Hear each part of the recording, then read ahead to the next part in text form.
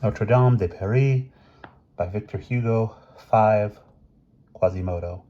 In a twinkling, Copanole's idea was all ready to be put into effect. Burgesses, students, and lawyers, clerks had set to work. The face-pulling contest would be staged at a small chapel opposite the marble slab. It was agreed that the contestants should stick their heads through a round hole in the stonework of the pretty rose window above the door, where the glass had been broken. To reach this, they merely had to clamber up on 2 barrels, fetched from somewhere or other, and roughly balanced one on top of the other. The rules were that each entrant, man or woman, for they could choose a female pope, should cover his face and stay out of sight in the chapel until it was time to go on, so that the face he pulled might have its full and virgin effect. In no time at all, the chapel was full of competitors, and the door closed behind them. From where he sat, Coppanole was in complete command, organizing and arranging everything. The cardinal felt just as affronted as had Gringore under the cover of the upheaval. He withdrew, along with his retinue, on the pretext of business matters and vespers to attend to. The crowd, among whom his arrival had caused such a stir, was not in the least concerned by his departure. Guillerme Rim was the only one to observe his eminence's discomfiture. The attention of the populace continued to revolve like the sun. It had started at one end of the hall, had halted for a time in the middle, and had now reached the other end. The marble slab and brocade platform were things of the past, and it was the turn of the Louis XI chapel. The way was henceforth open for all kinds of excesses. Only the Flemings and the rabble were left. The face-pulling began. The first face to appear at the window, eyelids turned up to show the red, mouth agape like an animal's, and forehead creased like a pair of empire riding boots, brought an explosion of such irrepressible laughter that Homer would have taken all these villains to be gods. But the great hall was very far from being an Olympus, as Gringore's poor Jupiter knew better than anyone. A second and third face were pulled, then another, and the laughter and joyful stamping of feet were renewed. There was something about this spectacle which made the head spin. It had some peculiar power to bewitch and intoxicate, hard to convey to a reader of our own day and from our own salons. Picture to yourself a succession of faces, displaying all the known geometrical shapes, one after the other, from triangle to trapezium, from cone to polyhedron, every known human expression, from anger to lust, every age of man, from the wrinkles of the newly born to the wrinkles of the dying crone, a whole religious phantasmagoria, from Faunus to Beelzebub, every kind of animal profile, from jaws to beaks and from muzzles to snouts. It was as if all these mascarons on the Pont Neuf, nightmares turned to stone by the hand of Germain Pilon, had taken on life and breath and had come one by one with their burning eyes to stare you in the face, as if all the masks at a Venetian carnival had followed one another under your lorgnette. In a word, a human kaleidoscope. The rout was becoming more and more Flemish. Teniers would give only a very inadequate idea of it. Imagine Salvatore Rosta's battle scene only as a bacchanal. There were no longer students or ambassadors or burgesses or men or women, no longer any Clopin, Trolifaux, Giles Le Cornu, Marie Courtrelevers, or Robin Poussapain. All had been obliterated in the common license. The great hall was nothing more than a huge fiery furnace of shamelessness and joviality, where every mouth was a shout, every eye a flash of lightning, every face a grimace, every individual a posture, and all shouting and yelling. The strange facts which came one by one to gnash their teeth at the rose window were like so many brands being hurled into the brazier, and, like the steam from a furnace, the whole seething multitude gave off a sharp, shrill, piercing sound, like the whir of a gnat's wings. "Hey, damnation! Look at that face! It's no good! Next one!" Hiel me Magaripus. Look at that bull snout. It only needs some horns. Isn't that your husband? Next one! Pope's belly. What sort of face is that? Hey, that's cheating. You're only to show your face. Damn the Paris Calibot. She would do that. Nowell, I'm joking. There's one whose ears won't go through, and so on. We must, meanwhile, give our friend Jehan his due. He was still to be seen on top of his pillar, in the midst of this witch's Sabbath, like a cabin boy in the topsail. He was hurling himself about in an unbelievable frenzy. His mouth was open wide, and a shout was coming from it which couldn't be heard, not because it had been drowned by the general uproar, intense though it was, but because it had no doubt attained the upper limit of perceptible sound. Savier's 12,000 vibrations, or Bayat's 8,000. As for Gringore,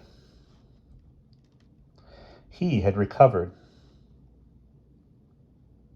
his equanimity after that first moment of dejection. He had steeled himself against adversity. Go on, he had said for the third time to his talking machines on the stage. Then, as he strode up and down in front of the marble slab, it crossed his mind to go and appear himself at the chapel window, if only to have the pleasure of pulling a face at these ungrateful people. But no, that wouldn't be worthy of us. No vengeance. We must fight to the end, he repeated to himself. The power of poetry over the people is great. I shall bring them back. We shall see which wins, face-pulling or literature. Alas, he was the only spectator left at his play.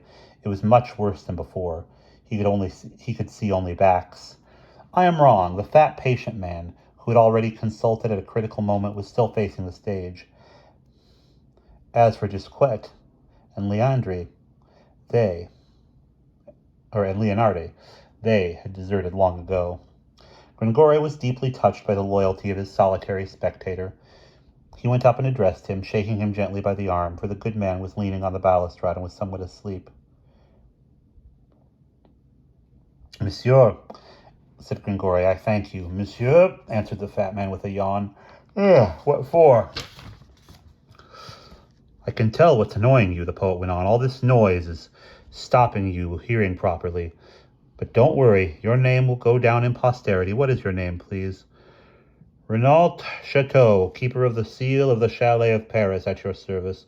Monsieur, you are the one representative of the muses here, said Gringore. You're too kind, monsieur, replied the keeper of the seal from the chalet.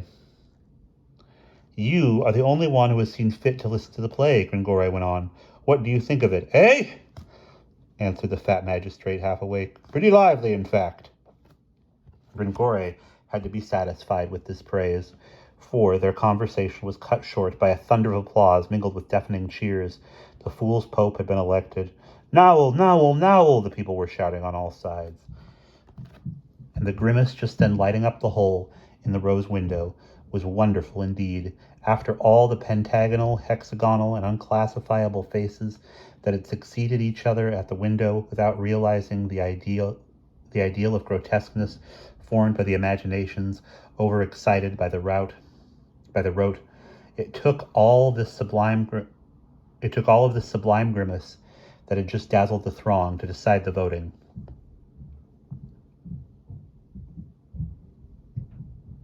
Maître Coppenole himself applauded, and Clopin Trulafo, who had been a contestant and whose face was capable of achieving an amazing degree of ugliness, acknowledged himself beaten.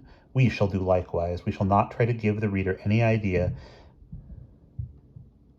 of that tetrahedral nose, of that horseshoe mouth, of the tiny left eye obstructed by a bushy red eyebrow, while the right eye had vanished entirely beneath an enormous wren, of those irregular teeth notched here and there like castle battlements, of that horny lip on which a tooth encroached like an elephant's tusk, of that cleft chin, and above all, of the facial expression itself, with its crowning mixture of malice, astonishment, and sadness. In all, a sight for you to imagine if you can. The acclaim was unanimous. They dashed toward the chapel. The lucky fool's pope was brought out in triumph, But it was now to the surprise and admiration. But it was now that the surprise and admiration reached a crescendo. The grimace was his real face, or rather, his whole person was a grimace. A huge head, sprouting red hair between two shoulders, an enormous hump, the repercussions of which were evident at the front, a system of thighs and legs so strangely warped that they met only at the knees and looked from the front, like two scythe-bladed joints at the handle, broad feet and monstrous hands, and somehow, along with such deformity, an appearance of formidable energy, agility, and courage, a strange exception to the eternal rule which says that strength, like beauty, results from harmony. Such was the Pope whom the fools had just given themselves. He was like a giant broken in pieces and badly reassembled. When this sort of cyclops appeared in the doorway of the chapel, motionless, squat, and almost as broad as he was tall, square at the bottom, as the great man put it, the populace recognized him instantly by his half-red, half-mauve surcoat, dotted with silver campanelles, and above all, by his perfect ugliness. They shouted as one, "It's Quasimodo, the bell ringer! It's Quasimodo, the hunchback of Notre-Dame! One-eyed Quasimodo, crook-kneed Quasimodo, Nowl! As you can see, the poor wretch had nicknames to spare. "Pregnant women, watch out!" shouted the students. "Or those who want to be," put in Jonas. And in fact, the women were hiding their faces. "Horrible ape," said one of them. "He's as vicious as he's ugly," put in a second. "He's the devil," added a third. "I live near Notre-Dame. Worse luck, I hear him all night long prowling on the tiles with the cats. He's always on our rooftops. He casts spells on us from the chimney. He came and pulled a face at me at my dormer the other night. I thought it was a man, gave me a proper turn.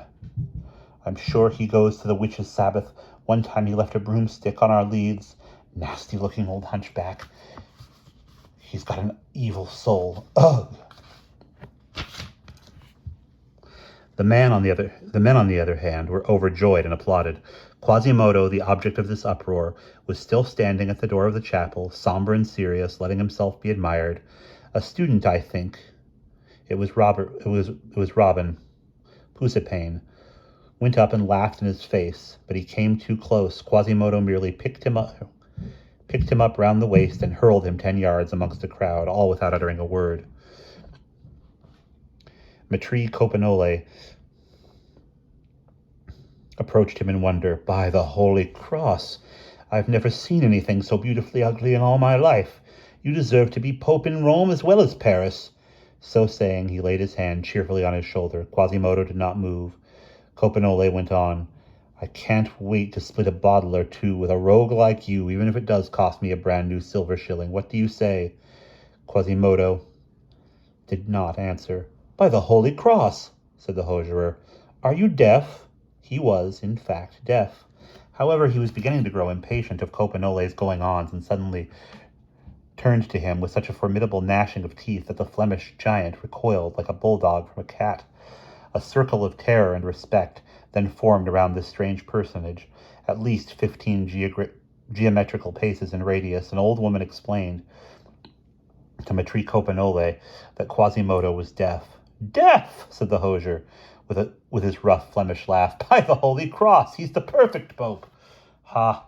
I know who he is," cried Jahan, who had finally come down from his capital to take a closer look at Quasimodo. "He's my brother, the Archdeacon's bell ringer. Hello, Quasimodo." "Infernal man," said Robin Pusipane, still concussed from his fall. "He appears, and he's a hunchback. He walks, and he's crook-kneed. He looks at you, and he's one-eyed. You talk to him, and he's deaf. I don't know what does this Polyphemus do with his tongue." "He talks when he feels like it," said the old woman. "He went deaf ringing the bells. He's not dumb."